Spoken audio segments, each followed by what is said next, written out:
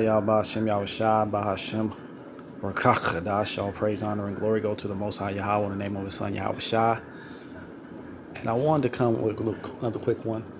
We're in some real exciting but different, trying times. And I say different, not meaning that, it's not something that we don't haven't experienced before, because this earth has experienced these times before where everyone is against everyone. No one can stand together.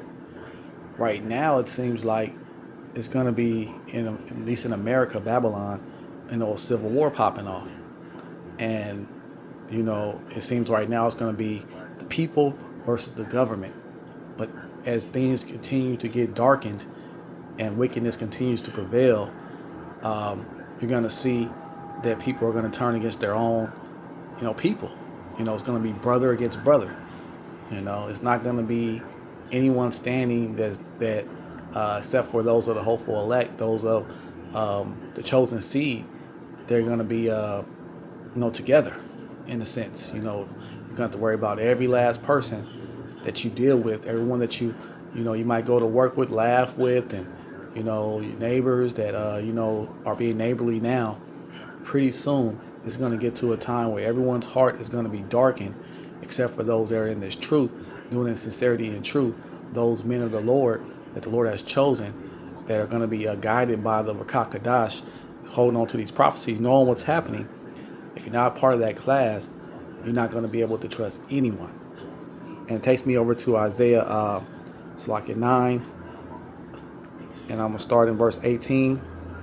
It says, "For wickedness burneth as the fire, it shall devour the briars and thorns, and shall kindle in the thickets of the forest, and they shall mount up like the lifting up of smoke."